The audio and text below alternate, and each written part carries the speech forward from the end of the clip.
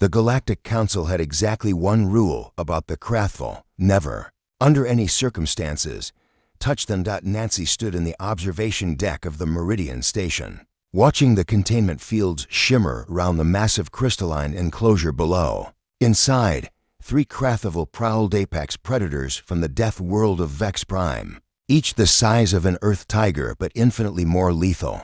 Their obsidian scales reflected the station's lights like oil slicks, and their 6 red eyes tracked every movement with predatory precision. "They're beautiful," Nancy whispered, her breath fogging the viewport. Beside her, Commander Zelther's mandibles clicked in what she'd learned was disapproval. The insectoid officer's translator crackled to life. "Beautiful and utterly deadly, Specialist Hayes. Those creatures have killed 17 handlers across for species. The Galactic Zoo Commission nearly had them euthanized. But they didn't," Nancy observed. "No. They're the last of their kind. Vex Prime's sun went supernova 3 cycles ago." Zelther's antennae drooped. "Still, the rule stands: no physical contact. The electromagnetic fields in their bodies can stop a heart from 10 meters away. Direct touch means instant death." Nancy nodded absently, but her mind was already elsewhere. She'd been studying the Krathval's behavioral patterns for weeks now, ever since arriving at Meridian Station as Earth's xenobiological liaison. Something about them didn't add up with the reports. That night, she reviewed the incident recordings again. Every attack showed the same pattern: handlers approached with nets, shock prods, or sedation guns. The Krathval responded with violence, but in the few recordings where handlers simply stood still, the creatures merely watched, their electromagnetic fields pulsing in rhythmic patterns. "They're not aggressive," Nancy muttered to herself. "They're defensive." "Talking to yourself again?" Nancy jumped. Parker Chen, the station's maintenance chief, leaned against her doorframe with his characteristic smirk. Unlike most humans who'd scattered across the galaxy, Parker had grown up on Titan Station and moved through zero-G sections with an ease that made Nancy envious. "Just reviewing data," she said. Parker floated closer, peering at her screen. "The murder cats. You know Zelther will have your head if you even think about going near them." "I'm not going to get near them. I'm going to sit with them." "That's literally the same thing, Nancy." But Nancy had already made up her mind.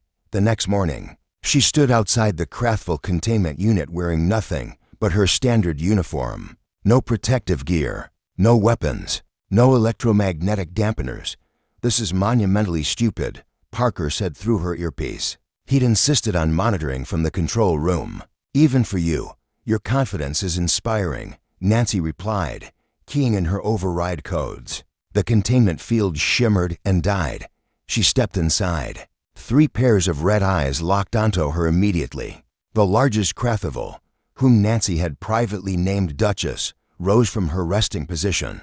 The creature's electromagnetic field intensified. Nancy could feel it like static electricity, dancing across her skin. Every xenobiologist in the galaxy would have run. Nancy sat down cross-legged on the floor.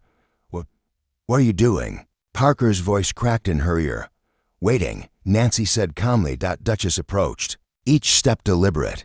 Her claws capable of rending titanium hull plating clicked against the floor. 5 meters away. 3 meters. 1 meter. The electromagnetic field was overwhelming now. Nancy's heart hammered in her chest, but she kept her breathing steady. She'd noticed something in the recordings.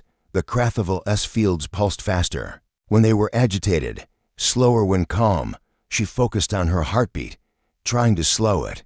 "Breathe in, breathe out."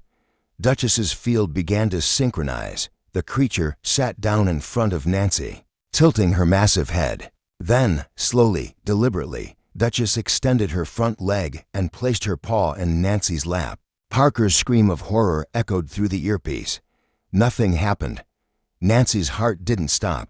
The electromagnetic field, now in perfect synchronization with her own bioelectricity, felt warm, almost comforting. She carefully raised her hand and placed it on Duchess's scales. They were smooth and warm to the touch. "Impossible," Zelther's voice cut through the comms. "The readings show her bioelectric field is matching theirs." "How?" Nancy smiled, running her hand along Duchess's neck. The other Krathval approached now, less wary. Humans have electromagnetic fields too, Commander. We just never thought to use them for communication. This violates every protocol.